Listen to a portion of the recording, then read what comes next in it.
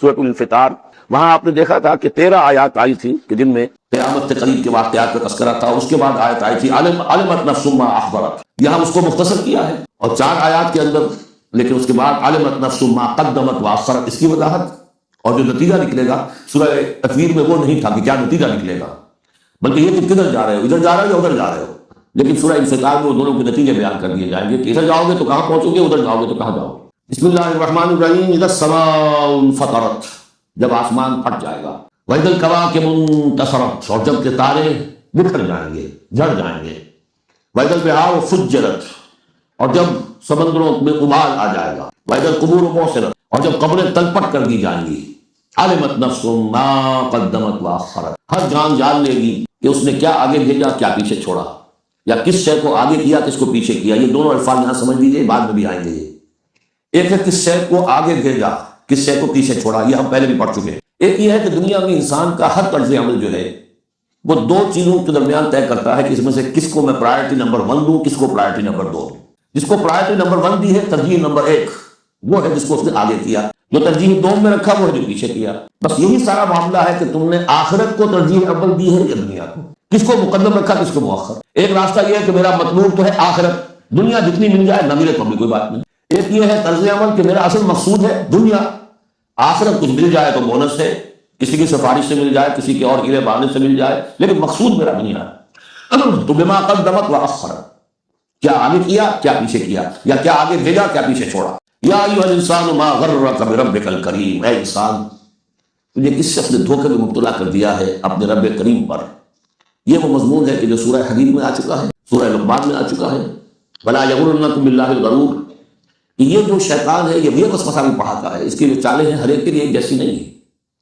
کسی کو یہ ہے کہ کسی فرض سے روکنے کے لیے نفل میں لگا دے گا، تم نفل کاموں میں لگے رہو، یہ اونچی عبادت ہے، تقرب اللہ حاصل ہو جائے گا. فرائض سے کنارہ کشی ہو جائے گی. کہاں یہ اقامت دین اور کہاں یہ فرائض دینی چھوڑو، آپ تو بس ذکر کیا کرو اور تہجد پڑھا کرو، رات کو جاگا کرو، یہ ہے اصل نہیں کی. تو فرض سے غافل کر کے اگر نوافل میں لگایا بیڑا غرق کر دیا. تو اسی طریقے سے یہ اس کی ایک چال ہے. اللہ تو بڑا غفور ہے، بڑا رحیم ہے، یہ کیا چھوٹی چھوٹی باتوں پر وہ پکڑے گا. خواہ تمہیں خیال وہ اتنا کوئی خوردہ گیر نہیں ہے. اللہ بڑا غفور ہے، کریم ہے، رحیم ہے.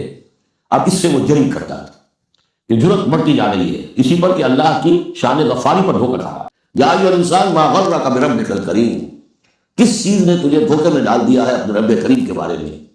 الذی خلقک فسواک فعدلک، جس نے تمہیں تخلیق کیا، پھر تمہارا تسویہ کیا، پھر تمہارے اندر اعتدال پیدا کیا، برابر کیا. عدلک، تمہارے قواعد جسمانی، قواعد نفسیاتی، ان سب میں ایک اعتدال پیدا کیا ہے. یہ عدل جو ہے یہ گویا کہ اس تخلیق کے اندر بھی مضمر ہے، انہیرنٹ ہے. اور اللہ تعالیٰ بھی عدل کرے گا تاکہ جو بھی گناہگار ہیں ان کو سزا دی جائے اور جو نیکوکار ہیں ان کو جزا دی جائے. یہ اس کا تقاضا ہے.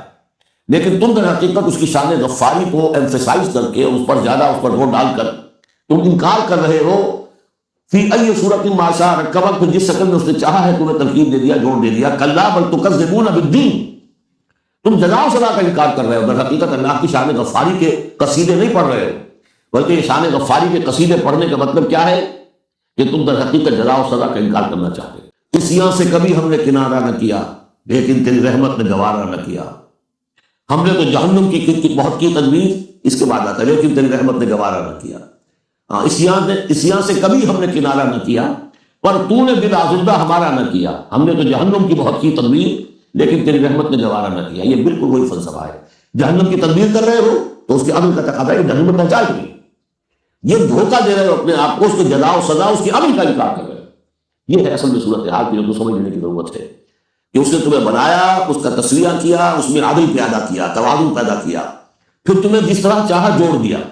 کسی کی ناک بڑی بنا دی، کسی کی آنکھیں بڑی بڑی بنا دی، جو چاہا اس نے کیا. آپ نے اپنے فیچرز خود تو چوز نہیں کیے ہیں کہ اپنی مرضی کے مطابق بنا دیے گئے ہیں. آپ کی مرضی کے مطابق حضرت حسان بن ثابت نے کہا ہے حضور کے بارے میں کہ کأنک خلقت کما تشاء، اے نبی ایسے معلوم ہوتا ہے کہ آپ کو تو پیدا کیا گیا جیسا کہ آپ نے چاہا. آپ کا حسن جو ہے وہ اپنی جگہ پر شے تھی، وہ ایک اعزازی صورت ہے. ظاہر بات ہے انسانوں کو جو بھی ملتا ہے وہ تو اپنا ان کا چوائس کوئی نہیں. پھر ای صورت ما شاء رکبت، مختلف اجزاء کو جس صورت میں چاہ جوڑ دیا. کلا بل تکذبون بالدین، اصل بات کیا ہے کہ تم جزا و سزا کا اور عمل کا انکار کر رہے ہو. وَإِنَّ عَلَيْكُمْ لَحَافِظِينَ، جبکہ ہم نے تمہارے اوپر وہ حافظ فرشتے بھیجے ہوئے ہیں. یہ تو پھر سب ایکسرسائز انفیٹیلیٹی ہوئی. کائے کو ہم نے فرشتے بھیجے؟ کام کا تو دو سنتری تمہارے ساتھ ہم نے بٹھا رکھے کائے کے لیے؟ اگر جزا نہیں، سزا نہیں، پکڑ نہیں، مواخذہ نہیں، کچھ نہیں، تو یہ کیا ہے؟ ہم نے کائے کو نہیں کیا. وَإِنَّ عَلَيْكُمْ لَحَافِظِينَ كِرَامًا كَاتِبِينَ، وہ بڑے باعزت فرشتے جو لکھ رہے ہیں، یعلمون ما تفعلون، جو جانتے ہیں جو کچھ تم کر رہے ہو. یہ چیز اللہ نے پھر کائے کے لیے کی؟ یہ سب جیسا کہ میں نے کہا ایکسرسائز ان فیوٹیلٹی ہے. یہ تو عبث ہے، کار عبث. اور اللہ تعالیٰ کوئی کار عبث بیکار نہیں کرتا. تو نتائج نکلیں گے. نتائج کیا ہے؟ ان الابرار لفی نعیم، نیکوکار اللہ کے وفادار بندے وہ ہوں گے نعمتوں میں. بین الفجار لفی جحیم، اور جو فاسق و فاجر ہوں گے، جو کہ اپنی نفس کی شہوات و خواہشات کے بندے ہوں گے، لفی جحیم، وہ جہنم میں ہوں گے. یصلونھا یوم الدین، داخل ہوں گے اس میں یوم الدین کو، جزا و سزا کے فیصلے کا دن. وما هم عنھا بغائبین، پھر وہ وہاں سے کہیں جا نہیں سکیں گے، غائب نہیں ہو سکیں گے. وہاں سے نکلنے کا کوئی سوال نہیں، وہاں سے بھاگ جانے کی کوئی جگہ نہیں. وما ادراک ما یوم الدین، اور تمہیں کچھ پتا ہے، کسی نے کچھ بتایا ہے یوم الدین کیا ہے؟ ثم ما ادراک ما یوم الدین، پھر تمہیں کچھ اندازہ ہوا ہے تو یوم الدین کیا ہے؟ یوم لا تملک نفس لنفس شیئا والامر یومئذ للہ، جب کسی جان کو کسی دوسری جان کے لیے کوئی اختیار حاصل نہیں ہوگا، اور امر کل کا کل اللہ کے ہاتھ میں ہوگا. والامر یومئذ للہ لمن الملک اليوم للہ الواحد القہار. واتقوا یوما لا تجزی نفس عن نفس شیئا ولا يقبل منها شفاعة ولا يؤخذ منها عدل ولا هم ينصرون. وہ دن جانتے ہو وہ دن؟ وما ادراک ما یوم الدین ثم ما ادراک ما یوم الدین یوم لا تملک نفس لنفس شیئا والامر یومئذ